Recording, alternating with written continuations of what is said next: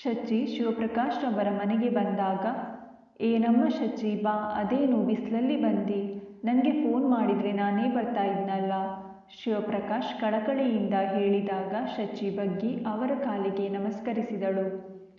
ಮಾಮ, ನನಗೆ ಕೆಲಸ ಸಿಕ್ತು. ಶಿವಪ್ರಕಾಶ್ ರವರು ಪತ್ನಿಯತ್ತ ಹೆಮ್ಮೆಯಿಂದ ನೋಡಿದರು. ದೇವರು ನಿನಗೆ ಒಳ್ಳೇದು ಮಾಡಲಿ ಮಗು. ನೋಡಿದ್ಯಾ ನಮ್ಮ ಶಚಿನ, ಇವಳು ಬಹಳ ಜಾಣೆ ಅಂತ ನಾನು ಹೇಳ್ತಾ ಇರಲಿಲ್ವಾ. ಶಿವಪ್ರಕಾಶ್ ರವರ ಪತ್ನಿ ನರಸಮ್ಮ ಮುಗುಳ್ನಕ್ಕರು. ದೇವರು ಶಚಿಗಲ್ಲದೆ ಇನ್ಯಾರಿಗೆ ಒಳ್ಳೇದು ಮಾಡ್ತಾನೆ. ಶಚಿ ಇಂದು ಯಾರಿಗೂ ಪ್ರತ್ಯುತ್ತರ ಹೇಳುವ ಸ್ಥಿತಿಯಲ್ಲಿರಲಿಲ್ಲ. ತಾನಿಂದು ವಿಮುಕ್ತಳು, ಗರಿಗೆದರಿ ಎಲ್ಲಾದರೂ ಹೇಗಾದರೂ ಹಾರಾಡಬಹುದು, ಯಾರ ಹಂಗಿನಲ್ಲೂ ತಾನು ಬದುಕಬೇಕಾಗಿಲ್ಲ ಎಂದು ಅವಳ ಮನಸ್ಸು ಆಗಸದಲ್ಲಿ ತೇಲುತ್ತಿತ್ತು. ಏನು ಸುಮ್ಮನೆ ಕೆಲಸ ಸಿಕ್ತು ಅಂತ ಬಂದು ಹೇಳ್ತಾ ಇದ್ಯಲ್ಲ, ಸ್ವೀಟ್ಸ್ ಎಲ್ಲಿ? ಜಲಜ ಕೇಳಿದಾಗ ಶಚಿ ತಲೆಯಾಡಿಸಿದಳು. ಈಗಿಲ್ಲ ಸ್ವೀಟ್ಸ್, ಮೊದಲ ತಿಂಗಳ ಸಂಬಳ ಬಂದ ಮೇಲೆ ನಾನೇ ಸಿಹಿ ತಿಂಡಿ ಕೊಡ್ತೀನ್ತಾಳು. ನರಸಮ್ಮ ಒಳಗೆ ಎದ್ದು ಹೋದರು. ಜಲಜ, ಅವಳಿಗೆ ರವೆ ಉಂಡೆ ತಂದ್ಕೊಡು. ಅವರಿಬ್ಬರೂ ಅತ್ತ ಹೋದ ಮೇಲೆ ಶಿವಪ್ರಕಾಶ್ ಶಚಿಯನ್ನು ಎದುರಿಗೆ ಕೂರಿಸಿಕೊಂಡರು. ಯಾವತ್ತಿನಿಂದ ಡ್ಯೂಟಿಗೆ ಜಾಯಿನ್ ಆಗ್ಬೇಕಮ್ಮ? ನಾಳೆ ಬಂದು ನೋಡಿ ಎಂದಿದ್ದಾರೆ. ಡ್ಯೂಟಿಗೆ ಸೇರಲು 1 ವಾರ ಟೈಮ್ ಇದೆ. ಸರಿ, ನೋಡು ಮಗು, ಯಾವ ಕೆಲಸನೇ ಆಗಲಿ ಪ್ರಾಮಾಣಿಕವಾಗಿ ನಿಷ್ಠೆಯಿಂದ ಮಾಡು, ಅದಕ್ಕೆ ತಕ್ಕ ಪ್ರತಿಫಲ ಸಿಕ್ಕೇ ಸಿಗುತ್ತೆ. ನಿಮ್ಮ ತಾಯಿಗೆ ಸಂತೋಷವಾಗಿರ್ಬೇಕಲ್ಲ. ಇಲ್ಲ ಮಾಮ, ಅಮ್ಮಂಗೆ ಅದ್ಯಾರೋ MD ಬಗ್ಗೆ ಸುಳ್ಳು ವಿಷಯ ಹೇಳಿ ತಲೆಕೆಡಿಸಿದ್ದಾರೆ. ಅವಳಿಗೆ ಅದೇ ಅಸಮಾಧಾನ. ನಾನು ಹೇಳ್ತೀನಿ ಬಿಡು. ನನಗೆ ಪುರುಷೋತ್ತಮ್ನ ತಂದೆ ವೆಂಕಟೇಶನ್ ಬಹಳ ಪರಿಚಯದವರು, ಬಹಳ ತೂಕದ ಮನುಷ್ಯ. ಅವರ ಪತ್ನಿ ಗೋದಮ್ಮ ಚಿನ್ನದಂಥ ಹೆಂಗಸು. ಪುರುಷೋತ್ತಮ್, ನರೋತ್ತಮ್, ಸರ್ವೋತ್ತಮ್ 3 ಜನ ಗಂಡು ಮಕ್ಕಳು. ಚೆನ್ನಾಗಿ ವಿದ್ಯಾಭ್ಯಾಸ ಮಾಡಿದ್ದಾರೆ, ಶಿಸ್ತಿನಿಂದ ಬೆಳೆಸಿದ್ದಾರೆಂತ ಕೇಳಿದ್ದೀನಿ. ಇನ್ನೂ ಚಿಕ್ಕ ವಯಸ್ಸು, ಹುಡುಗಾಟಿಕೆ ಇರುತ್ತೆ. ಯೌವನ, ಅಂತಸ್ತು, ಸಿರಿವಂತಿಕೆ, ರೂಪ, ವಿದ್ಯೆ ಎಲ್ಲ ಒಂದು ಕಡೆ ಸೇರಿದೆ. ಅದೆಲ್ಲ ನಮ್ಗ್ಯಾಕೆ? ಅದು ಅವರ ಪರ್ಸನಲ್ ಲೈಫ್.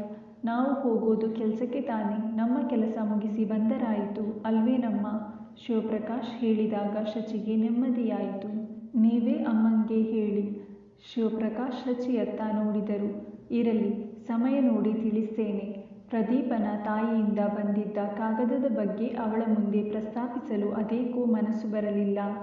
ಜಲಜ ತಂದಿದ್ದ ರವೆ ಉಂಡೆ ತಿಂದು ಕಾಫಿ ಕುಡಿದು ಅವರ ಮನೆಯಿಂದ ಗಾಯತ್ರಿಯ ಮನೆಗೆ ಹೋಗಿ ಅವಳ ಮುಂದೆ ತನಗೆ ಕೆಲಸ ಸಿಕ್ಕ ವಿಚಾರ ಹೇಳಿ ಒಂದಿಷ್ಟು ಹೊತ್ತು ಹರಟೆ ಹೊಡೆದು ಮನೆಗೆ ಬರುವ ವೇಳೆಗೆ ಸೂರ್ಯ ನೆತ್ತಿಯ ಮೇಲೆ ಬಂದಿದ್ದ.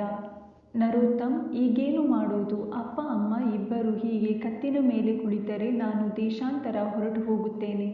ಪುರುಷೋತ್ತಮ್ ಬ್ರೀಫ್ ಕೇಸಿನಲ್ಲಿ ಹಣವಿಡುತ್ತಾ ತಮ್ಮನತ್ತ ನೋಡಿದ. ನೀನು ಪೆದ್ದಾಗಿ ಮೊದಲಿಂದ ಪಿತೃವಾಕ್ಯ ಪರಿಪಾಲನೆ ಮಾಡಿಕೊಂಡು ಬಂದಿದ್ದಿ, ಈಗ ಅನುಭವಿಸು. ನರೋತ್ತಮ್ ಸಿಗರೇಟು ಹಚ್ಚಿಕೊಂಡ. ನೋಡು, ಯಾರೂ ನನ್ನ ತಂಟೆಗೆ ಬರೋಲ್ಲ. ಮೊದಲಿಂದ ಎಲ್ಲರನ್ನೂ ಹೆದರಿಸಿ ಬೆದರಿಸಿ ಇಟ್ಕೊಂಡಿದ್ದೀನಿ. ಪುರುಷೋತ್ತಮ್, ನೀನು ದೇಶಾಂತರ ವನವಾಸ ಅಂತ ಶುರು ಮಾಡಬೇಡ.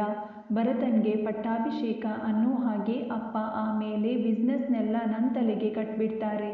ನಾನು 4 ದಿನ ಹಾಯಾಗಿ ಇರೋಣ ಅಂತಿದ್ದೀನಿ. ಸರ್ವೋತ್ತಮ್ ಜೇಬಿನಿಂದ ಬಾಚಣಿಗೆ ತೆಗೆದುಕೊಂಡು 6ನೆಯ ಬಾರಿಗೆ ತಲೆಬಾಚಿಕೊಂಡ. ನಾನು ಹೇಳೋದು ಕೇಳು. ಅಪ್ಪ ಅಮ್ಮ ಒಪ್ಪಿದ ಹುಡುಗಿಗೆ ಕಣ್ಮುಚ್ಕೊಂಡು ತಾಳಿ ಕಟ್ಬಿಡು, ಆಗ ಎಲ್ಲ ಸಲೀಸು. ನರೋತ್ತಮ್ ಹೇಳಿದಾಗ ಪುರುಷೋತ್ತಮ್ಗೆ ಸಿಟ್ಟು ಬಂತು. ಎಂತಹ ಅಡ್ವೈಸ್ ಕೊಡ್ತಿ ನೋಡು. ಇದನ್ನು ಕೇಳೋಕೆ ನಿನ್ನ ಈ ರೂಮಿಗೆ ಕರೆಸಿದೆ ಅಂದ್ಕೊಂಡಿದ್ದೀಯಾ?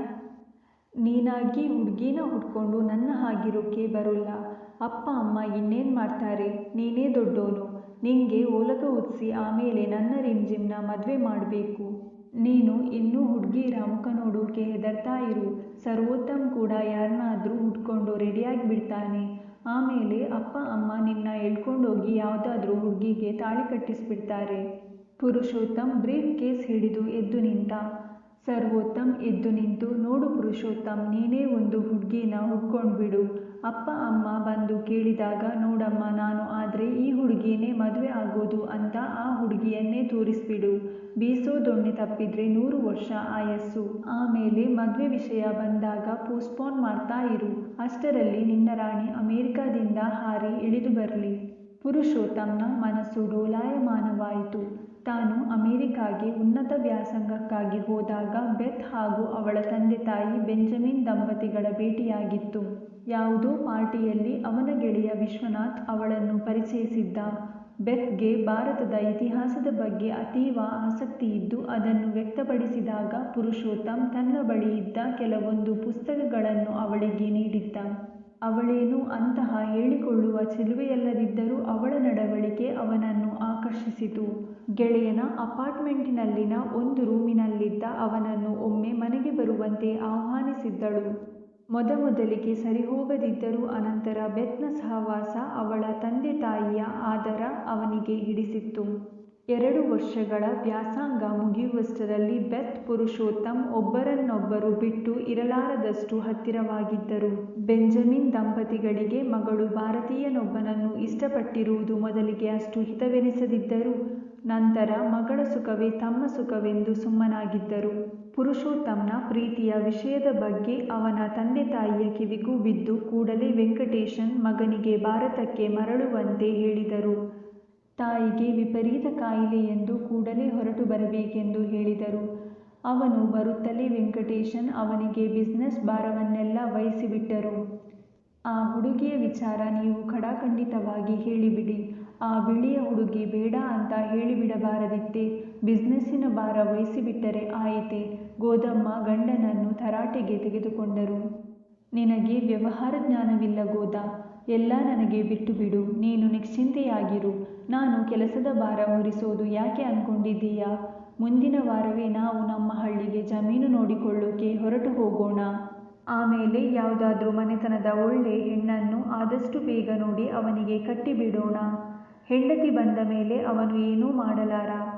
ಆದ್ರೆ ಅವನಿಗೆ ಹುಡುಗಿ ನೋಡ್ತಾ ಇರೋ ಸಮಾಚಾರ ಹೇಳ್ಬೇಡ ಅಷ್ಟೇ. ಅವನು ಒಪ್ಪದಿದ್ರೆ ಏನು ಮಾಡ್ತೀರಿ? ಏನು ಮಾಡೋದು? ನನ್ನ ಆಸ್ತಿಯಲ್ಲಿ ಸ್ವಲ್ಪನೂ ಕೊಡೋಲ್ಲ. ಕಾಸಿಲ್ಲದ ಬಡ ಭಾರತೀಯನನ್ನು ಯಾವ ಪಾಶ್ಚಾತ್ಯ ಹೆಣ್ಣು ಕೂಡ ಇಷ್ಟಪಡೋಲ್ಲ. ಹಣ, ಅಂತಸ್ತು, ಕೆಲಸ ಏನೂ ಇಲ್ದೇ ಇದ್ರೆ ನಿನ್ನ ಮಗ ಏನೂ ಮಾಡಲಾರ. ಹಾಗಲ್ಲ, ಒಂದು ವೇಳೆ ಅವನು ನಿಮ್ಮ ಬುದ್ಧಿ ಮಾತು ಕೇಳೇನೆ ಮನಸ್ಸು ಬದಲಾಯಿಸಬಹುದು. ಗೋದಮ್ಮ ಮಗನ ಮೇಲಿನ ಅಕ್ಕರೆಯಿಂದ ಹೇಳಿದರು. ಯಾರ ಮಾತು ಕೇಳದ ಕೇಳಿಸಿಕೊಳ್ಳದ ವಯಸ್ಸು ಕಣೆ ನಿನ್ನ ಮಗಂದು. ನನ್ನ ಮಾತು ಕೇಳುವಷ್ಟು ವ್ಯವಧಾನ ಎಲ್ಲಿದೆ ಅವನಿಗೆ? ಬುದ್ಧಿ ಹೇಳಲು ನೀನ್ಯಾರು? ನಾನು ವಯಸ್ಸಿಗೆ ಬಂದಿದ್ದೇನೆ. ನನ್ನ ಭವಿಷ್ಯ ಬದುಕು ನಾನು ನೋಡಿಕೊಳ್ತೀನಿ ಅಂದುಬಿಟ್ಟಾನು ಅಷ್ಟೇ.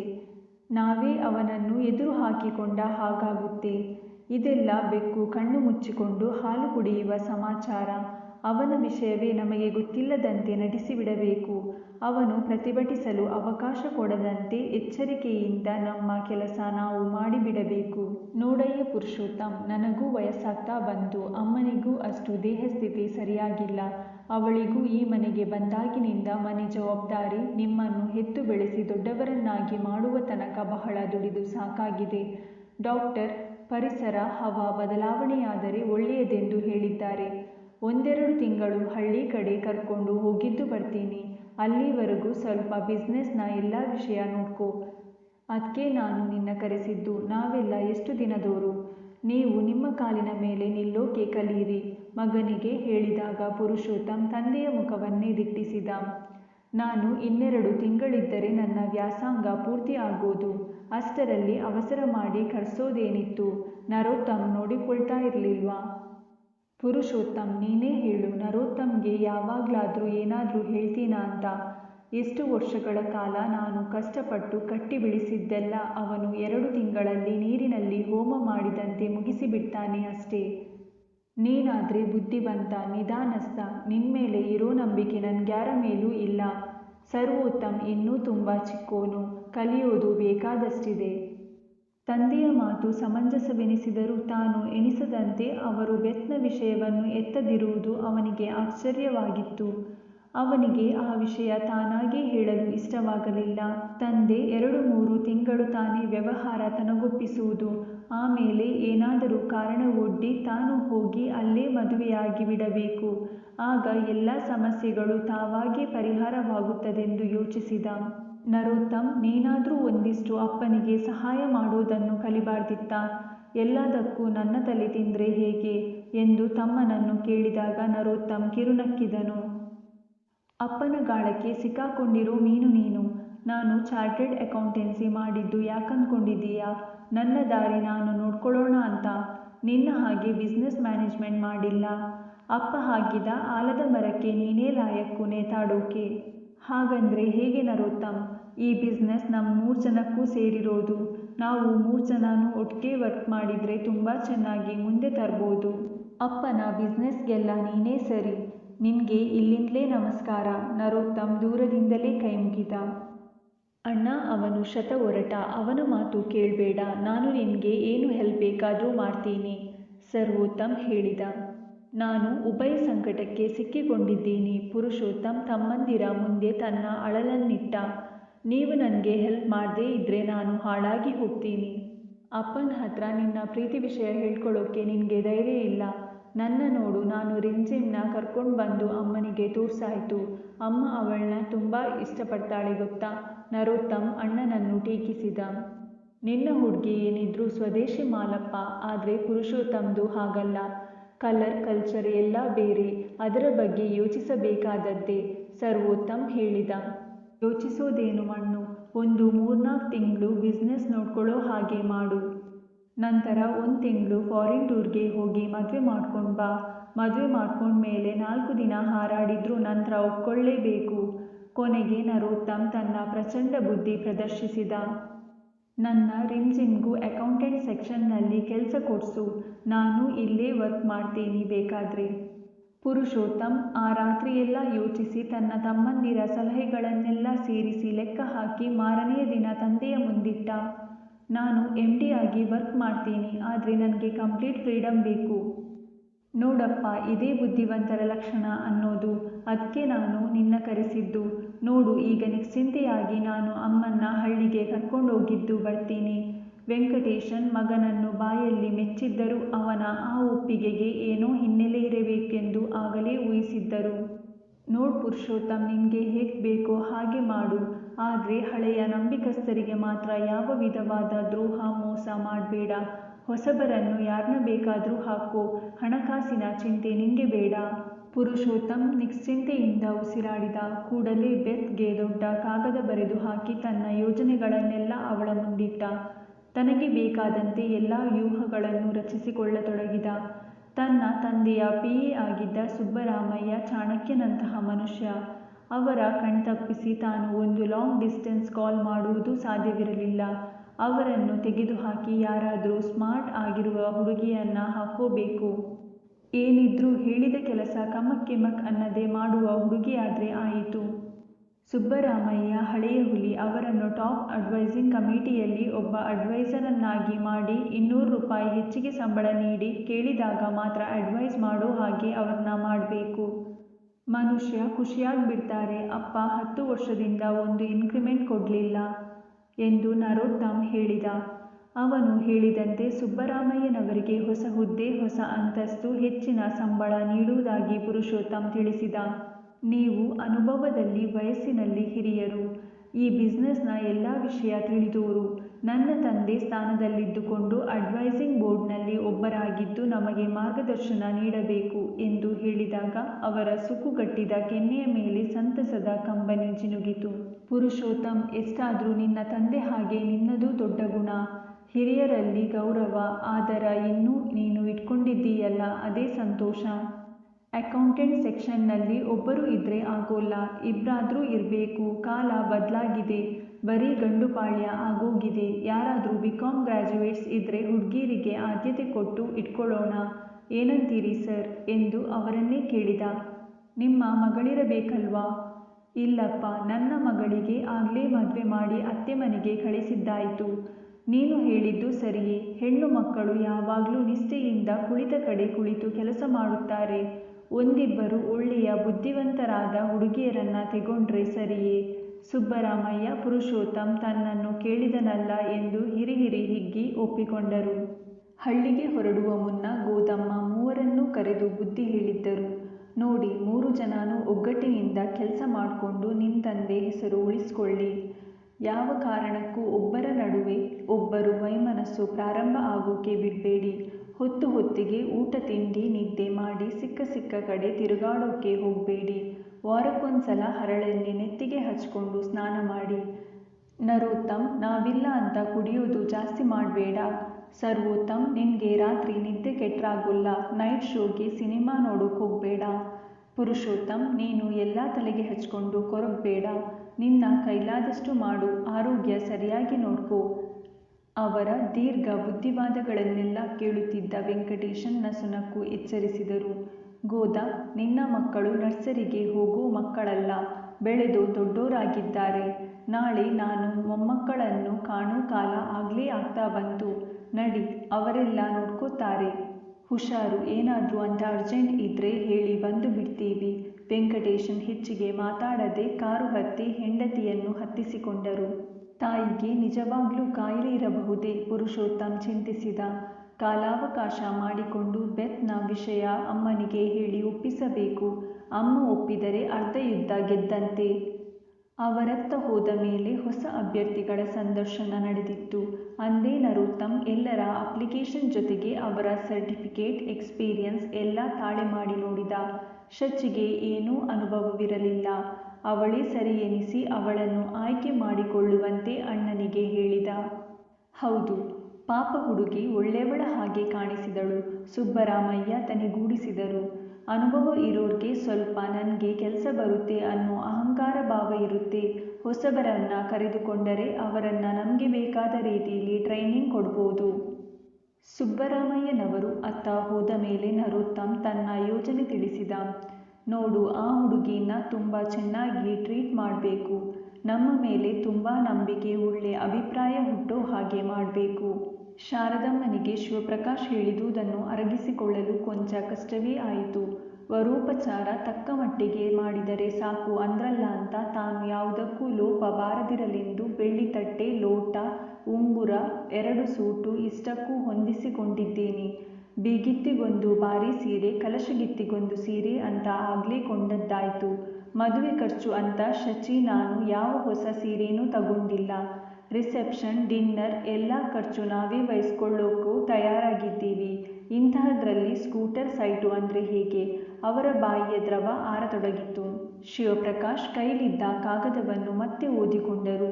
ಹುಡುಗ ತುಂಬಾ ಗೌರವಸ್ಥ, ಅವನಿಗೇನೂ ಬೇಡವಂತೆ. ಆದ್ರೆ ಅವನ ಅಣ್ಣ ಸಂದೀಪನಿಗೆ ಎಲ್ಲ ಕೊಟ್ಟಿದ್ರು. ಹಾಗೆ ಇವನಿಗೂ ಕೊಟ್ರೆ ಮನೆತನದ ಗೌರವ ಉಳಿಯುತ್ತೆ ಅಂತ ಪ್ರದೀಪನ ತಾಯಿ ಬೃಂದಮ್ಮನ ಒಂದೇ ಹಠ.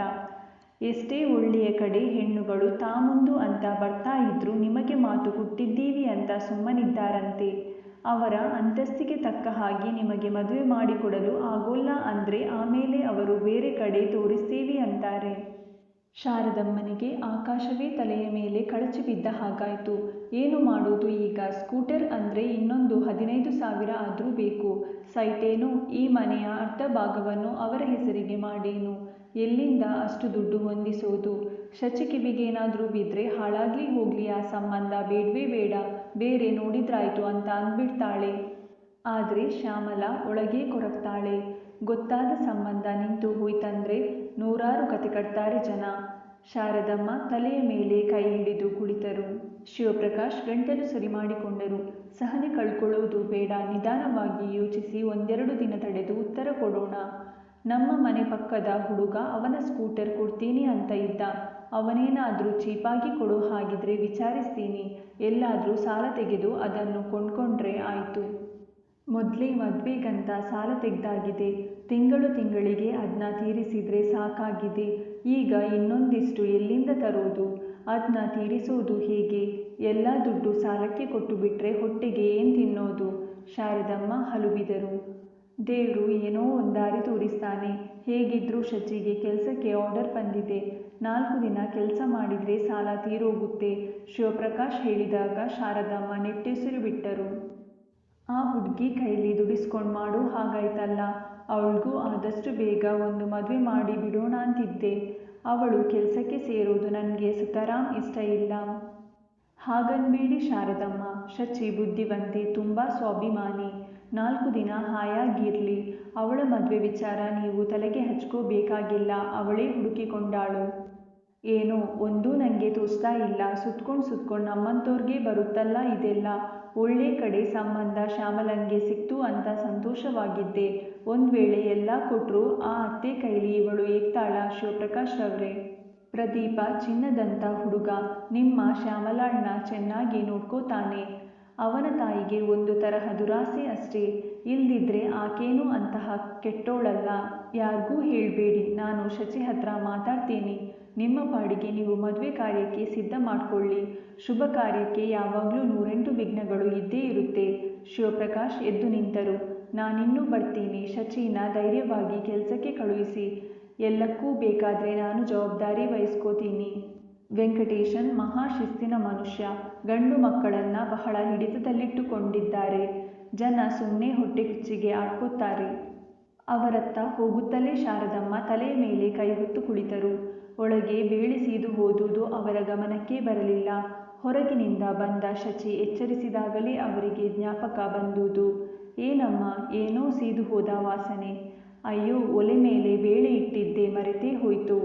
ಗಡಬಡಿಸಿ ಎದ್ದರು. ಶಿವಪ್ರಕಾಶ್ ಬಂದಿದ್ರು, ಮಾತಾಡ್ತಾ ಕೂತಿದ್ರು. ನನಗೂ ಮರ್ತೇ ಹೋಯ್ತು. ಹೋಗ್ಲಿ ಬಿಡು, ಗೊಜ್ಜೋ ಮಜ್ಜಿಗೆ ಹುಳಿನೋ ಮಾಡ್ಬಿಡು, ತಿರ್ಗಾ ಬೇಳೆ ಬೇಯಿಸ್ತಾ ಕೂತ್ಕೋಬೇಡ.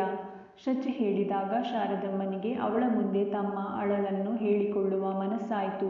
ಆದರೆ ಶಿವಪ್ರಕಾಶ್ ರವರ ಮಾತು ಜ್ಞಾಪಕಕ್ಕೆ ಬಂದು ಸುಮ್ಮನಾದರು. ಶಚಿಗೆ ಕೆಲಸಕ್ಕೆ ಹೊರಡುವ ಸಡಗರ 4-5 ಸಲ ಜಡೆ ಹೆಣೆದುಕೊಂಡು ಬಿಚ್ಚಿದಳು. ಯಾಕೋ ಜಡೆನೇ ಸರಿಯಾಗಿ ಬರ್ತಾ ಇಲ್ಲ. ಇಲ್ಲಿ ಬಾ, ನಾನು ಹಾಕ್ತೀನಿ. ಶ್ಯಾಮಲ ಜಡೆಯನ್ನು ಹಾಕಿದಳು. ನಾನು ಹೋಗ್ಬಿಟ್ಟು ಬರ್ತೀನಿ. ಶಚಿ ಹೇಳಿ ಹೊರಟಾಗ ಶಾರದಮ್ಮ ಕೈಯಲ್ಲಿ ಸಣ್ಣ ಟಿಫಿನ್ ಕ್ಯಾರಿಯರ್ ಹಿಡಿದು ಬಂದರು. ತೆಗೋ, ಮಧ್ಯಾಹ್ನ ತಿನ್ನೋಕೆ ಅಂತ ಅಕ್ಕಿ ರೊಟ್ಟಿ ಮಾಡಿ ಹಾಕಿದ್ದೀನಿ. ಅಯ್ಯೋ, ಅದೆಲ್ಲ ಬೇಡಮ್ಮ. ಮೊದಲು 1-2 ದಿನ ಅಲ್ಲಿನ ಪರಿಸರ ನೋಡ್ಕೋಬೇಕು, ಆಮೇಲೆ ತಗೊಂಡು ಹೋಗ್ತೀನಿ. ಬರೀ ಹೊಟ್ಟೆಯಲ್ಲಿ ಸಾಯಂಕಾಲ ತನಕ ಇರ್ತೀಯ, ಹೊಟ್ಟೆ ಸುಟ್ಟೋಗುತ್ತೆ. ಅಲ್ಲಿ ಆಫೀಸ್ನಲ್ಲಿರೋರು ಬರೀ ಹೊಟ್ಟೆಲಿರೋಲ್ಲ, ಅವರೇನು ತಿಂತಾರೋ ಅದನ್ನೇ ನಾನು ತಿಂತೀನಿ, ಹೆದರ್ಕೋಬೇಡ. ಶಾರದಮ್ಮ ಮಗಳನ್ನು ಗದರಿಕೊಂಡರು. ಏನಾದ್ರೂ ಮಾಡ್ಕೋ. ಗೇಟಿನ ಬಳಿ ಶ್ರೀರಾಮ್ ಇದ್ದಿದ್ರೆ ರೇಗಿಸಿ ಹೋಗಬಹುದಿತ್ತು ಎನಿಸಿತು. ಅವನ ರೂಮು ನೋಡುತ್ತಲೇ ಅವಳ ಕಣ್ಣುಗಳು ಮಿನುಗಿದವು. ಬಸ್ ಸ್ಟಾಪಿನ ಬಳಿ ಗಾಯತ್ರಿ ಕಾಯುತ್ತಿರುವಳೆಂದು ತಿಳಿದಿದ್ದ ಶಚಿ ಬೇಗ ಬೇಗ ಬಸ್ ಸ್ಟಾಪಿನ ಬಳಿಗೆ ಹೆಜ್ಜೆ ಹಾಕಿದಳು. ಅವಳೆಲ್ಲಿ ಹೋದರೂ ಗಾಯತ್ರಿ ಅವಳ ನೆರಳು. ಆಫೀಸಿಗೆ ಅವಳ ಜೊತೆ ಹೋಗಿ ಅವಳನ್ನು ಬಿಟ್ಟು ಅಲ್ಲಿಂದ ಮನೆಗೆ ಹಿಂತಿರುಗಿ ಹೋಗುವಾಗ ಬಜಾರಿಗೆ ಹೋಗಿ ತರಕಾರಿ ಹಣ್ಣು ಕೊಂಡು ಹೋಗುತ್ತೇನೆಂದು ಹಿಂದಿನ ದಿನವೇ ಹೇಳಿದ್ದಳು. ಇಬ್ಬರೂ ಬಸ್ಸು ಹತ್ತಿದರು. ಬಸ್ಸಿನ ಗಿಜಿಗಿಜಿಯಲ್ಲಿ ಏನೂ ಮಾತನಾಡಲಾಗಲಿಲ್ಲ. ಇಳಿದಾಗ ಶಚಿ ಹೇಳಿದಳು, ಸಾಯಂಕಾಲ ಬರ್ತೀಯ ಮನೆಗೆ? ಇವತ್ತು ಆಗಿದ್ದೆಲ್ಲ ಹೇಳ್ತೀನಿ. ಆಯಿತು, ಬರ್ತೀನಿ ಎಂದು ಹೇಳಿ ಗಾಯತ್ರಿ ಅಲ್ಲಿಂದ ಹೊರಟಳು. ಆಫೀಸ್ನ ಹೆಬ್ಬಾಗಿಲಿನಲ್ಲಿ ನಿಂತಿದ್ದ ವಾಚ್ಮ್ಯಾನ್ ಬರುತ್ತಲೇ ಪ್ರಶ್ನಾರ್ಥಕವಾಗಿ ನೋಡಿದ. ನಾನು ಹೊಸದಾಗಿ ಕೆಲಸಕ್ಕೆ ಜಾಯಿನ್ ಆಗಿದ್ದೀನಿ. ತನಗೆ ಬಂದಿದ್ದ ಆರ್ಡರ್ ತೋರಿಸುವಷ್ಟರಲ್ಲಿ ಸುಬ್ಬರಾಮಯ್ಯನವರು ಅತ್ತ ಬಂದುದರಿಂದ ಅವರು ನಕ್ಕು ಕೈಬೀಸಿದರು. ಬಾಮ್ಮ, ಅವನ್ಗೆ ನೀನು ಇನ್ನೂ ಹೊಸಬಳು ಎಂಬುದು ಗೊತ್ತಿಲ್ಲ. ಶಚಿಗೆ ಎದೆ ಹಗುರವಾಯಿತು. ರಿಮ್ಜಿಮ್ನ ಇಂಟ್ರೊಡ್ಯೂಸ್ ಮಾಡ್ತೀನಿ, ನಿನ್ಗೆ ಒಳ್ಳೆ ಕಂಪ್ಯಾನಿಯನ್ ಆಗ್ತಾಳೆ. ಶಚಿ ಅವರನ್ನು ಹಿಂಬಾಲಿಸಿದಳು. ಇವಳು ಶಚಿದೇವಿ ಅಂತ ಪುರುಷೋತ್ತಮ್ಗೆ ಪ್ರೈವೇಟ್ ಹಾಗೂ ಪರ್ಸನಲ್ ಸೆಕ್ರೆಟರಿ ಆಗಿ ಬಂದಿದ್ದಾಳೆ. ಸುಬ್ಬರಾಮಯ್ಯ ಪರಿಚಯ ಮಾಡಿಕೊಟ್ಟರು. ಇವಳು ರಿಮ್ಜಿಮ್ ಅಕೌಂಟ್ ಸೆಕ್ಷನ್ನಲ್ಲಿದ್ದಾಳೆ. ಶಚಿ ನಕ್ಕಳು. ಅವಳ ಕೆನ್ನೆಯ ಮೇಲಿನ ಗುಳಿಯನ್ನು ಕಂಡಾಗ ರಿಮ್ಜಿಮ್ ನಕ್ಕು. ನಿಮ್ಮ ಡಿಂಪಲ್ ತುಂಬ ಚೆನ್ನಾಗಿವೆ. ಥ್ಯಾಂಕ್ಸ್, ನೀವು ತುಂಬ ಚೆನ್ನಾಗಿದ್ದೀರಿ, ಶಚಿ ಹೇಳಿದರು. ಅವಳ ತೀಕ್ಷ್ಣ ನೋಟಕ್ಕೆ ರಿಮ್ಜಿಮ್ನ ಮೂಗು ತುಂಬ ಮೊಂಡು, ಅವಳ ಕಣ್ಣಿನ ಕಾಡಿಗೆ ತುಂಬ ಜಾಸ್ತಿ, ಅವಳ ಲಿಪ್ಸ್ಟಿಕ್ ಅವಳ ಬಣ್ಣಕ್ಕೆ ತುಂಬ ಕೆಂಪು ಎನಿಸಿತು. ಸಭ್ಯತೆಗಾಗಿ ಏನೆಲ್ಲ ಸುಳ್ಳು ಹೇಳಬೇಕಾಗುತ್ತದೆ. ಮನಸ್ಸಿನಲ್ಲೇ ನಕ್ಕಳು.